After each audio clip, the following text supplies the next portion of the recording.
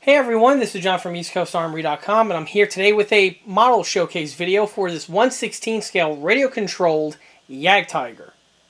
Now the model in this video here is built for my own personal collection and is not for sale and or purchase. However, like I often mention in these model showcase videos, I often take on commission build projects from models ranging from 1/35 scale all the way up to 1/6 scale. For availability and pricing information, that information would be best by contacting me through the email address which is listed below, which is info@eastcoastarmory.com. Now, because of all the content that I'm going to be going over about this model, this model showcase video is going to be divided into a three-part mini-series. I've been doing that a lot lately with these 1/16s and seems to be working, because trying to get all the information condensed into one video format is just way too time-consuming, and it just becomes too big of an upload. So this is going to be part one, where we're going to go over the base starter kit, as well as the condition that it was in. More information on that, of course, is to follow, as well as some of the improvements and repairs that were made to this build in order to bring it up to this condition that we have here. So sit back and enjoy, because there's going to be a lot of cool content coming about this build. Before we go any further with the video, let's go ahead and take a quick walk around the model. And this vehicle here is the Panzer Jagdtiger auf B, also known as the Jagdtiger.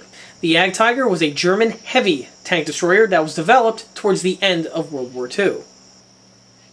All throughout World War II, the Germans really ran with the concept of taking an existing tank chassis and fitting a really large gun on top of that chassis, mounting it in a casemate design and utilize it for anti-tank operations. This was first done on vehicles like the Marder 1, which put a high-velocity anti-tank gun mounted on top of the old Panzer 1 chassis, and this evolved all the way through the other variants of the Marder, which utilized either a Panzer 2 chassis, all the way up to even a 38T chassis. Also included in this series, of course, would be the ubiquitous Stug 3. The Stug 4 would eventually follow as well, and of the other more famous one, of course, being that of the Jagdpanther. Not resting on their laurels, the Germans went ahead and took that concept and ran with it all the way into the next county, giving us this vehicle here, of course, being the Jagdtiger. Now, of all the countries that participated in World War II, the Germans really were the ones that put a lot of emphasis into this type of a vehicle. The Russians did to a certain extent as well with the Su-85 and the ISU, but the Germans were really the ones that took this concept and really used it to good measure. One of the reasons why the Germans really like this concept is because with the casemate type design, you are able to take a battle-proven chassis that already has a production line going. All the components are off the shelf, the automotive aspect is basically already figured out, and you can take this and just mount a very high velocity and powerful main gun onto it, and you don't have to allocate the amount of funds and tooling required to fabricate a turret. Keep in mind, with a turret, not only do you have to make the actual and design the actual shell itself, but you still need to create all the machinery in order to make the turret rotate. This would be components like a turret ring, a turret gear, as well as the actual cranking mechanism. All of these pieces that I just mentioned require specialized tooling and need to be very precise with their machining in order to get the components to operate flawlessly. Now, this is good and fine when you're not being bombed during the day and night in some locations, as well as when you have a two-front war going on. Those type of things become a luxury that you really don't have a lot of time nor necessity for.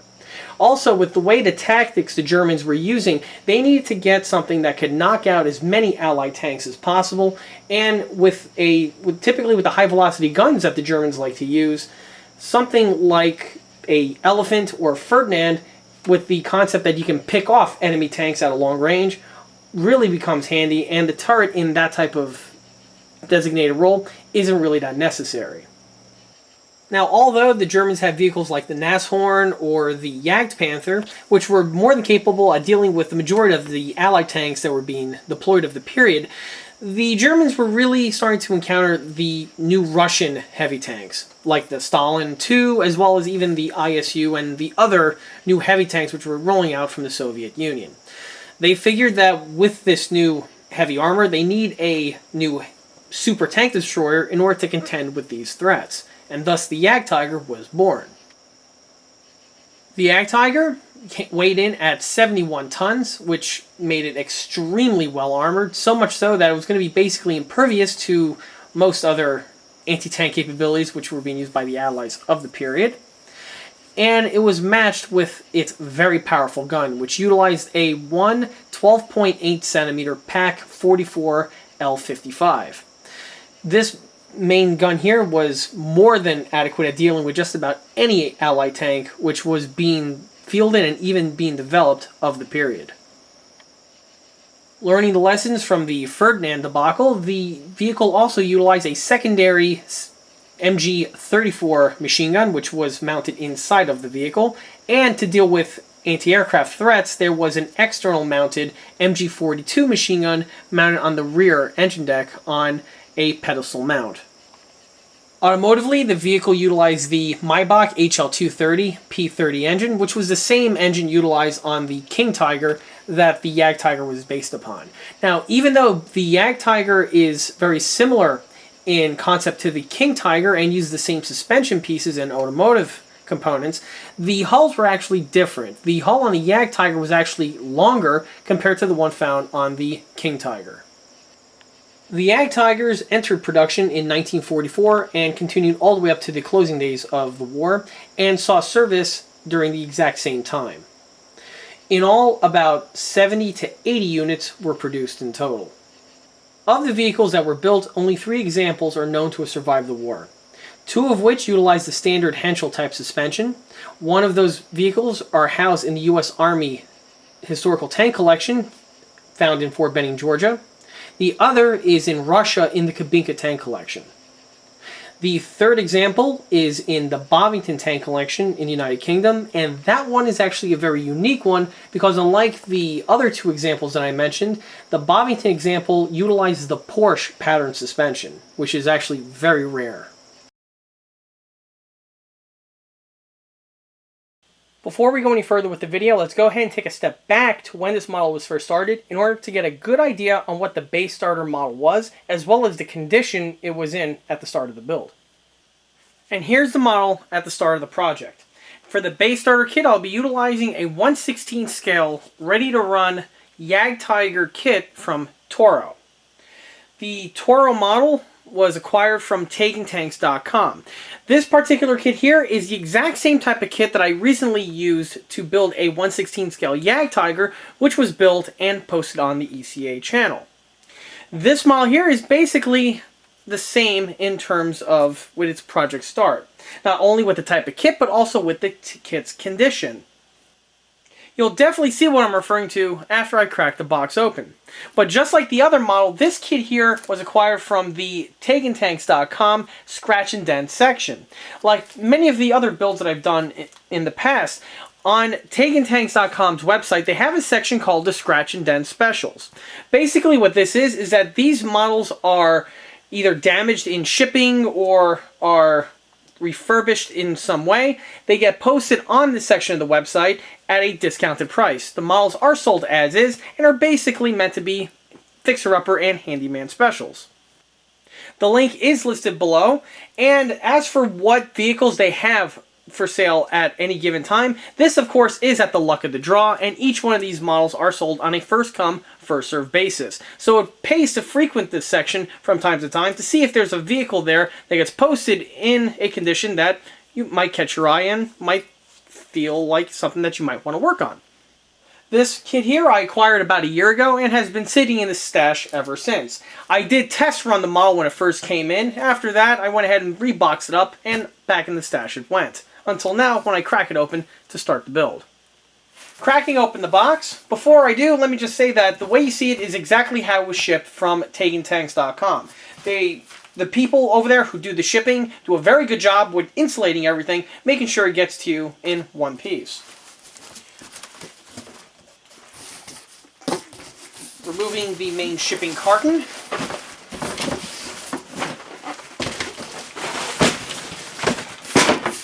Takes us to the first protective box.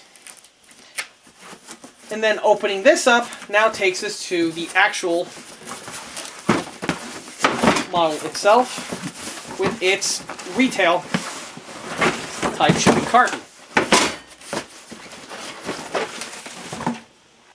Now, like I said in the last Jagdtiger build video, these RTR Jagdtiger models are relatively new to the 1/16 scale field. These have been out for about 5 or so years. The models are very nicely done and run very well. They are highly recommended, as I mentioned in the last video. Now, like I briefly touched upon in the other video, TaganTanks.com is owned by the imex model company. imex is the importer for the Tagan and Torro model kits in the United States. Now, what's interesting to point out is that the Jagdtiger kits are always labeled under the Torro name brand, as opposed to the Tagan name brand, which is found on such vehicles as the Sherman, as well as also on the Tiger 1. Now, from what I've seen, the Torro name is also more commonly found on the exact same models, but for the European market. Starting with the packaging, as you can see here, it is your typical retail type box art for the Tagan and Torro branded tanks. It's all in grayscale with a very simplistic cardboard box. We do have here a picture of the actual model itself, basic graphic design for the name, as well as all the other type of features that are typically found on these type of packaging. These models are offered in 3 different configurations. We have one that is all yellow, another version with some basic camouflage, and I believe there's even a 3rd version that is an unpainted and unassembled kit version. The model that we have here is going to be a hodgepodge of the 3 variants due to its scratch and dent nature, which you'll see once I crack open the box. Without further ado, which is exactly what I'm going to do now. Top of the box simply slides off, and we have here your styrofoam sarcophagus. Now, the way you see the tank here is basically the exact same way it was presented when I first opened it. Keep in mind, I did test drive the tank, and then I put everything back in the exact same format as it was when it was first delivered. The sarcophagus is a 2-part styrofoam type affair. We have here a little box of BBs. This model here is an airsoft firing version. And here we have the model on the inside. There are lots of these little styrofoam little slips, which again are really good for packaging of these models, generally. Not so much for the scratch and that one, but I digress. Digging into the box first takes us to the model's radio. It's your typical Torro branded T5 2.4 gigahertz radio, which is also found on the other models from the Tagan RC tank line.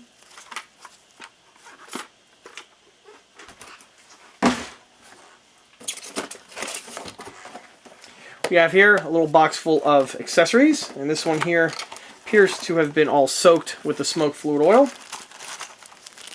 which, as you can see from the bottle, is basically empty. Also in the bag are some spare metal track links.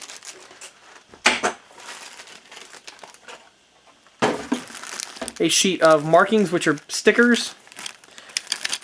2 rear mud flaps. And a rear anti-aircraft MG42 machine gun. Digging on deeper,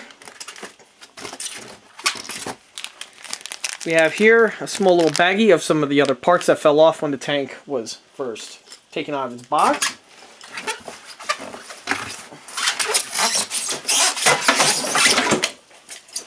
Really hard to pull out of the box was the battery charger. It's a basic 7.2 battery charger, and these things are part and parcel with these RTR models. And for the main event, the tank gets pulled out, and the tank is sealed in this plastic bag. Protecting the barrel is a small little foam slip, as well as a thin little plastic bag. Now, on the last Jagdtiger build that I did, the barrel is actually protected with a PVC tube. I'm not sure if that is normal or if it was missing on this model here, again, because of its scratch and dent nature. Some other little protective pieces of styrofoam. And now we can finally get to see the tank's damage. At quick glance, you can see that this version here would be the 3-tone camouflaged variant. And for the camouflage, it's actually pretty good for considering it being a RTR model. Generally, the RTR models tend to have very simplistic type of painting. The Tegan, or the Torro one here, is a little bit more on the above average type range. Being an RTR tank, the name is exactly what it implies. It has all of the detailing pre-installed, which would include the spare tracks, the tools, and this is true for both sides of the model. While on the back we can see the photo etch mesh that is supplied on the grille covers. This is a very nice feature and is generally something that needs to be acquired separately on the aftermarket scene. With these models, however, that's just not the case. One nice feature on this model that was also present on the other Jagdtiger build that I did was that a large number of the detail components, such as the hatches, as well as the exhaust manifold system, are made from metal out of the box. On other models, such as the King Tigers from Headlong, these components would be in plastic, and you would actually be able to upgrade them with the exact same metal components that are supplied with this model over here. So value-wise, these models are actually very good. I will say that these Jagdtiger tanks in general are very nicely detailed out of the box and don't really require a whole lot of modifications to polish one up to really kick it up to the next level. Which is a testament to the design team who came up with this kit. Now, with all of the nice aspects of these kits out of the way, it's now time to go into this build here, what's making it a scratch and dent special and why it's sitting here in my shop. Starting with the front armor plate, you'll notice the main section of damage. The most severe of the damage is found on these two sections here of the front armor plate. When it comes to the severity of damage, well, here you can get to see exactly how bad the damage was occurred on both of the sides. Now, what's very interesting to point out is that on my other Jagdtiger build, the model was damaged in the exact same locations that you see on this build over here. Not only for the front armor plate, but on the other components I'm going to get to in a second. To me, it looks like that this is a reoccurring bit of damage because I've seen similar damage mentioned on other scratch and dent special Jagdtigers that have been posted from time to time. From the way it looks to me is that with the way the models are packaged, there's probably some kind of a flaw with the styrofoam sarcophagus, and it makes these Jagdtigers very susceptible to crushing damage, which is causing problems to these two locations here, as well as the other locations that I'm going to point out. These two locations, of course, are going to be the most critical point of attention that I'm going to put on this model to shore this up, making it nice and strong again, and back as one-piece condition. Moving from the front glacis now takes us to the main gun mantlet. This is another piece of equipment that has been damaged during the shipping.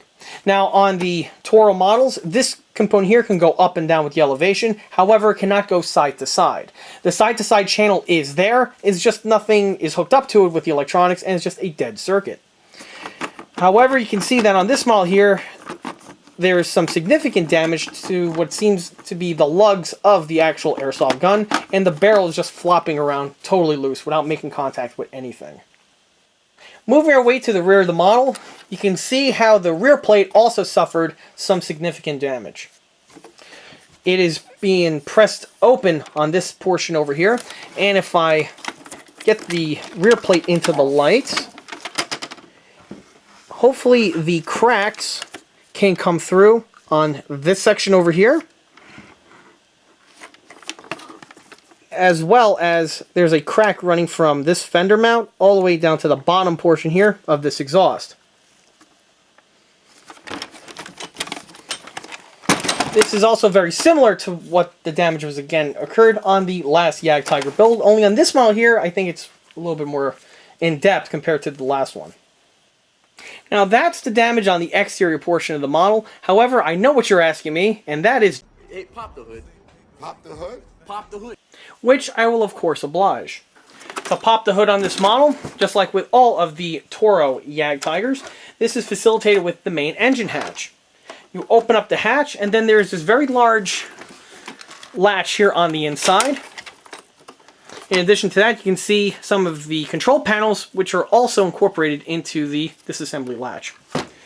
Take the tank apart, open this hatch up, pull this latch this way towards the left-hand side, and then this will disengage the rear lugs, and the front will simply slide off.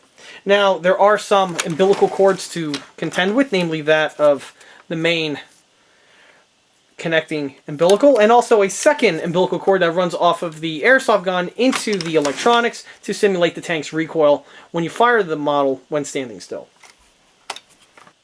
With the top off, this now takes us to the electronics, and you get to see it in further detail.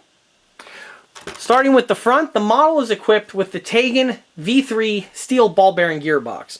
These gearboxes are an excellent bit of equipment and are generally something that I have to acquire in an aftermarket setting in order to upgrade the tanks that I usually work on.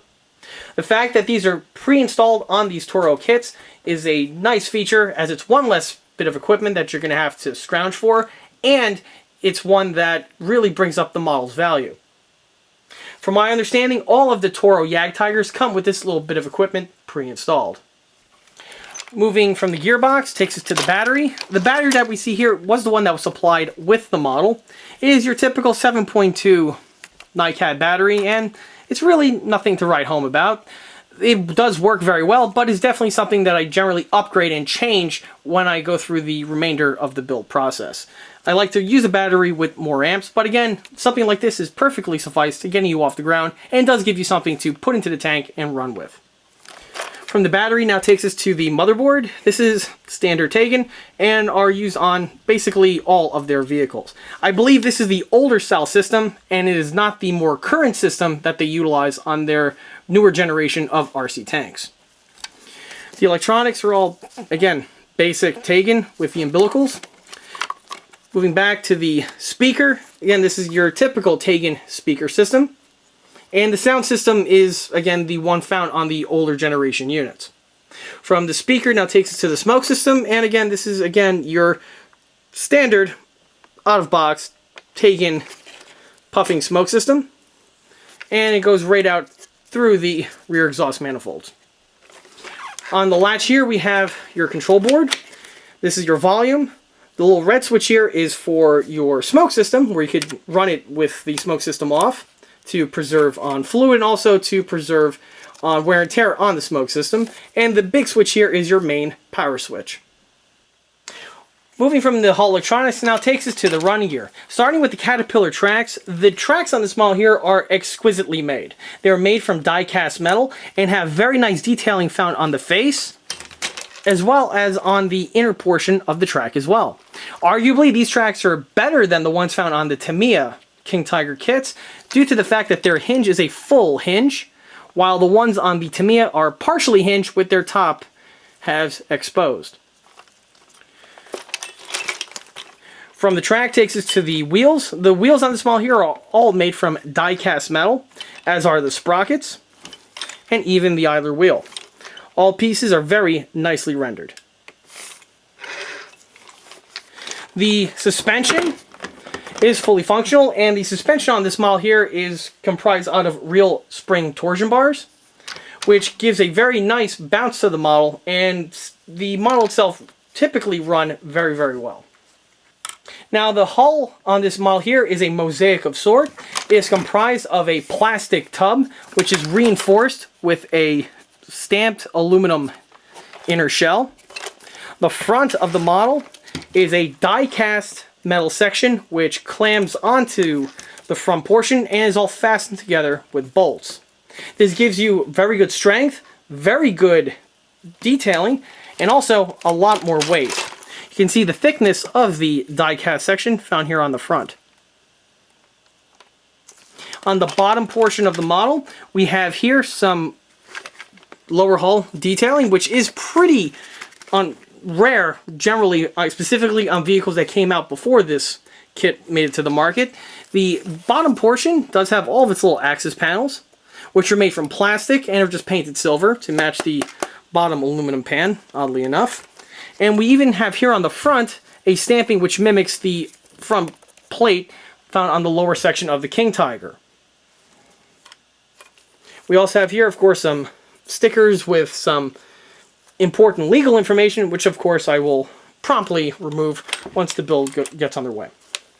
Now on the back here, you get to see the damage that has occurred to this component. On these Torro Jagdtigers, the rear plate is held on in a few locations on the side, but also fastened to the sponson with this little plastic bracket.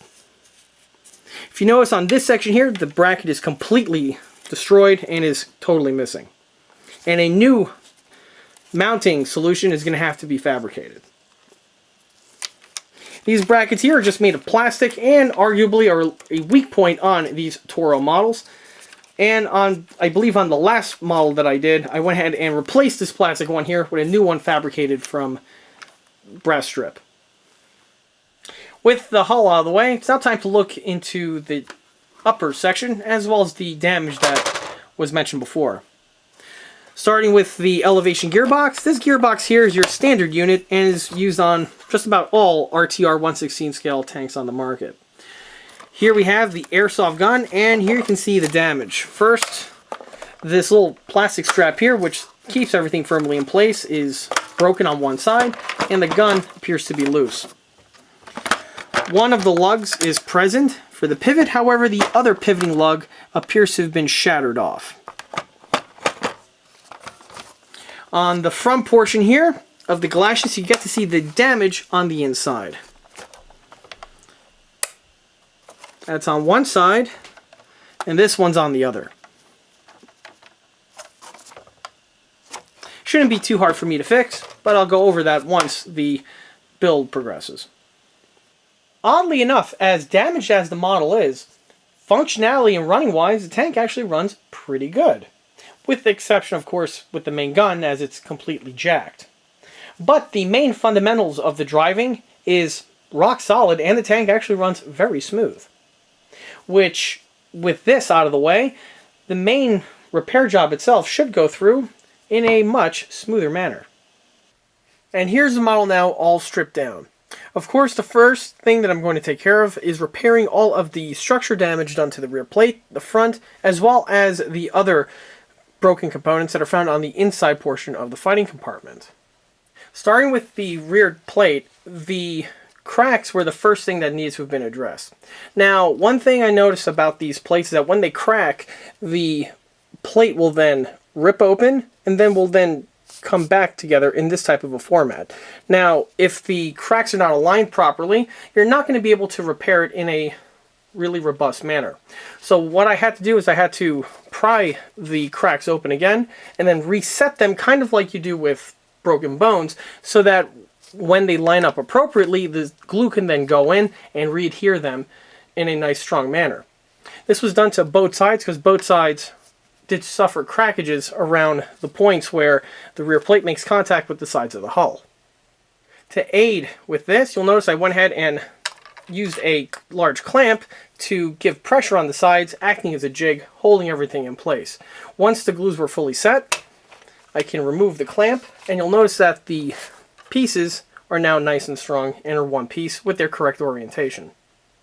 Now there will be some cracks and other surface type imperfections that are going to have to be sanded and flushed away.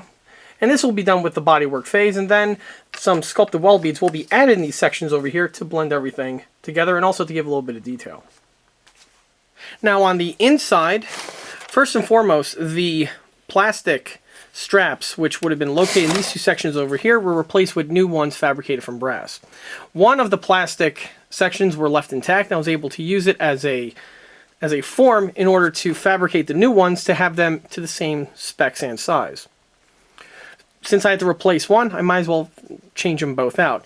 Now on this side over here, the stud was broken off and was then reattached with adhesives. Now if you look on the inside, you'll notice a patch of sheet styrene as well as some styrene angle located on the sides. These were required in order to repair the cracks that were located on the back portion of this plate.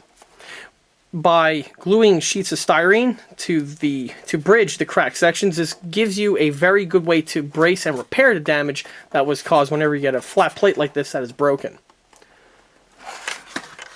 The angle pieces, of course, are used to conjoin the two sides together and to help everything in place, specifically when I let the side set with the C-clamp.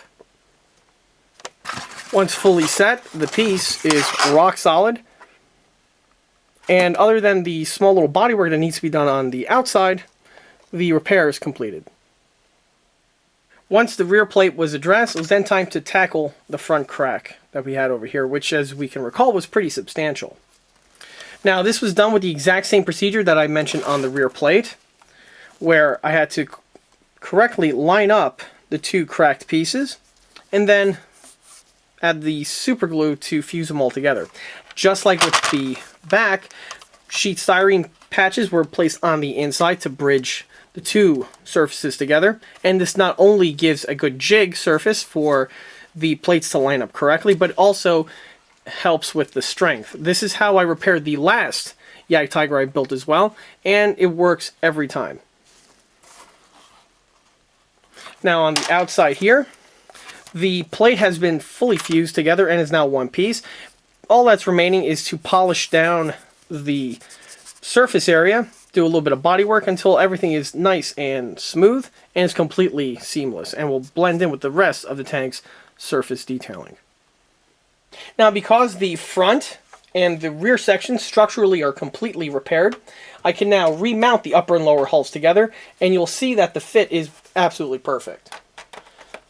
I line up the front as you would on a factory fresh, brand new mint example of one of these models. Push down, and the lock grabs it in place. Here you can see the rear plate, stark contrast to the way it was during the unboxing section, and the joint is absolutely perfect. Same can also be said on the front section over here.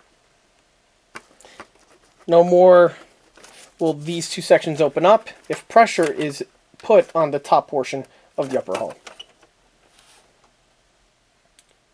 Now on the fighting compartment casemate, starting with the airsoft gun, this was the same unit from before and was completely repaired. The broken off lug was tracked down, and I went ahead and remounted it and fused it back with the casing. The cracked section over here has also been repaired and is basically ready for reassembly. Currently I'm reworking the front plate, which is why it is off at this point here, and once the front plate gets to the point where it needs to be, it will then be reinstalled to the front section here of the fighting compartment. And here's the model now just before it goes into painting. At this point here, all of the repairs and redetailing have been accomplished on this model. Now, like I mentioned before, the majority of the work that needs to be made to the exterior of the model had to do with both repairing of the cracked areas of the hull and also some body work. Now, the cracked areas and the body work have been completed on those sections. If we can also notice that the upper and lower portions of the casemate have been fused as well. If we can recall, the upper section was a separate piece that gets bolted to the top hull. On the model here, once all of the repairs to the gun trunnion were completed, the upper and lower sections were mated together permanently. This was done with adhesives along with the fasteners. Since the pieces are now fused as one, I went ahead and deleted the unsightly seam which is present on the stock Torro models. That again signify that the two pieces are separate sections. With the bodywork done, you'll notice that the upper and lower hull of the casemate is one continuous piece, just like it is on the real vehicle. This was also done to the opposite side as well. Now, in addition to wrapping up the exterior detailing, I also completed the interior modifications. Let's go ahead and open up the model, and I'll show you exactly what was done to it. To open it up, of course, you swing open the engine hatch, hit that large spring dashboard, and the entire thing just pops right off. Now, electronic-wise, it's being left stock, i.e. the stock gearbox, the stock sound system and RC equipment, along with the stock smoke system. What was changed, however, was the battery. This is one change that I typically make on these RTR models. Of course, we all know that these tanks are 7.2 powered, but the batteries that come with the unit are this one that we have here. It's a basic 7.2 battery, and they're generally about 2,000 to 3,000 milliamps. This is also true for the other Tegan ready-to-run models, as well as some of the older Hanlongs. The newer Hanlongs, as of note, give you a lithium-ion 7.2, but the milliamperage is still around to the 2 to 3,000. Now, the stock batteries are okay at best. They do power the model on and keep it running. However, they just don't hold a charge very well and drain very quickly, specifically when running on off-road conditions. Rather than utilizing the stock battery, I decided to swap it out with an aftermarket battery that I have here. This battery here is a 5,000 milliamp hour battery and was purchased off of Amazon.com via the link in the video description. These batteries are the brand that I've used the most often and are found on just about all of my 1/16 scale tank builds that are found on the ECA channel, for both my own personal use as well as also commission builds. Being a 7.2 battery, it just mounts directly in place where the stock one would go and just patches into the stock electronics. Now, from the battery, this now takes us to the tank's recharge jack. Like I always mention on my builds, once the model is fully painted and weathered and decked out, getting access to the battery to recharge it is going to be problematic and can lead to issues, namely parts breaking, details getting scratched, things along those lines. Rather than going through that route, like I typically do on all these builds, I mount on a recharge jack. The recharge jack is the one I have here, and these are sold on the eastcoastarmory.com product line in case anyone feels the same need to add a recharge feature on their models. Basically, they patch into the tank's electronics, and from here you can extend this wire outside of the model, charge the vehicle, and then once the vehicle is fully charged, stuff the wire back in, and you're ready to go. No disassembly of the tank is necessary with this system. The same type of system was also incorporated with the smoke system. The smoke system was patched into a Y over here so that both of the exhaust manifolds feed from the same emitting source, and the other tube, which is found on the stock smoke systems, is used to refill the system. This long tube here again gets tucked underneath the hatch, and when it comes time, you pull it out, remove the plug, and from here you could refill and top it off. Again, once done, you can close it, stuff the unit back inside, and again, you're ready to go. And at this angle here, you can see the exhaust system in better light. The stock tubing was replaced with flexible silicone airline tubing for aquariums. The aquarium tubing, as a quick tip, is more flexible and more pliable compared to the ones found on the stock Torro, Tegan, and even Hanlong models. The joining piece in this section is actually a T-valve, and again is courtesy of the aquarium department from PetSmart. This little piece here is made from brass, and it just patches directly in. Now, moving towards the sponson takes us to this device system that we have here. Now, a frequent addition that I add to my 1/16 models, specifically these RTRs, is the ability to have a functional working tubular convoy light. The light itself is going to be a little bit different, which I'll go over in a minute, but the actual system is the one that has been seen on many of my other builds that have been posted on the ECA channel in the past. Basically, there's an LED. This here is a custom light box made from machined turned resin, and we have here a fiber optic that connects to the tail light section, which is found on the back. Now, for the tail light detailing on this model, this is a new addition that was added to the eastcoastarmory.com product line. In the past, I would go ahead and modify a piece of clear plastic sprue to give you the detailing, but on this model here, I decided to tool up a brand new piece that has more accurate detailing compared to the basic set, I should say, that's molded into the rear portion of these RTR models. This unit here is made from 3D printed material and has all of its detailing printed on as one integral piece.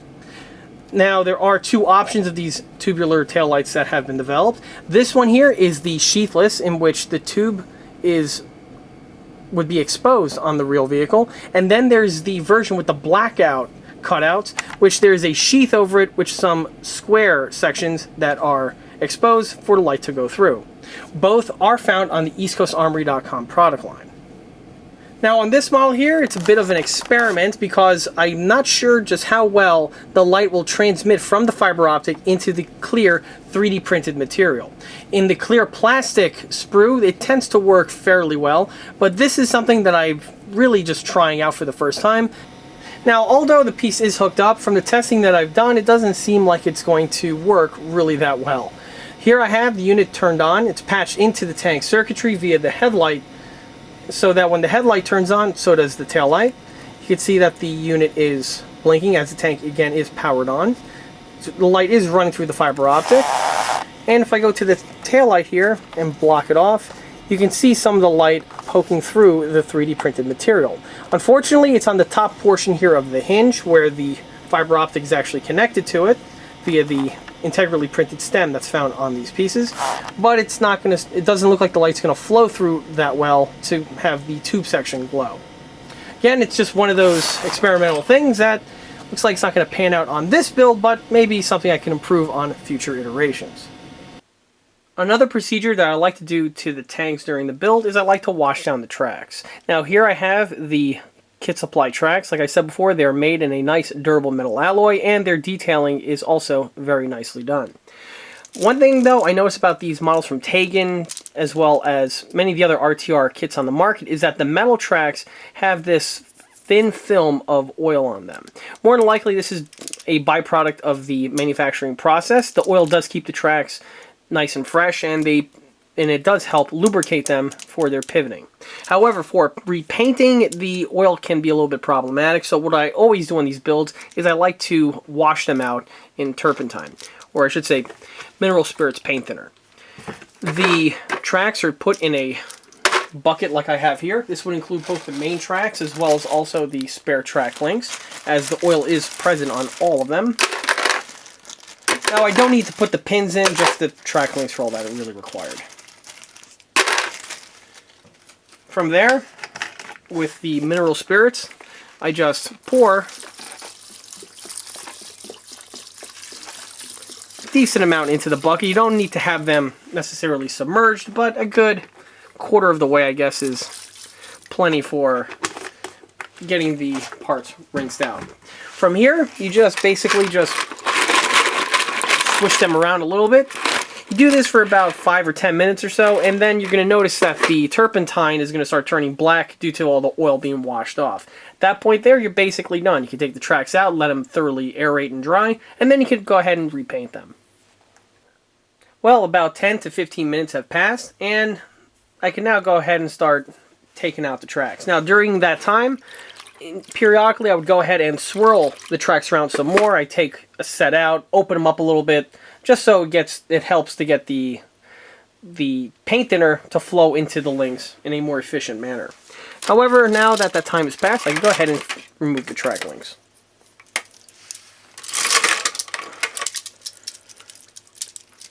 Let them drip out. Okay. And there you can see what was washed away from the track bands.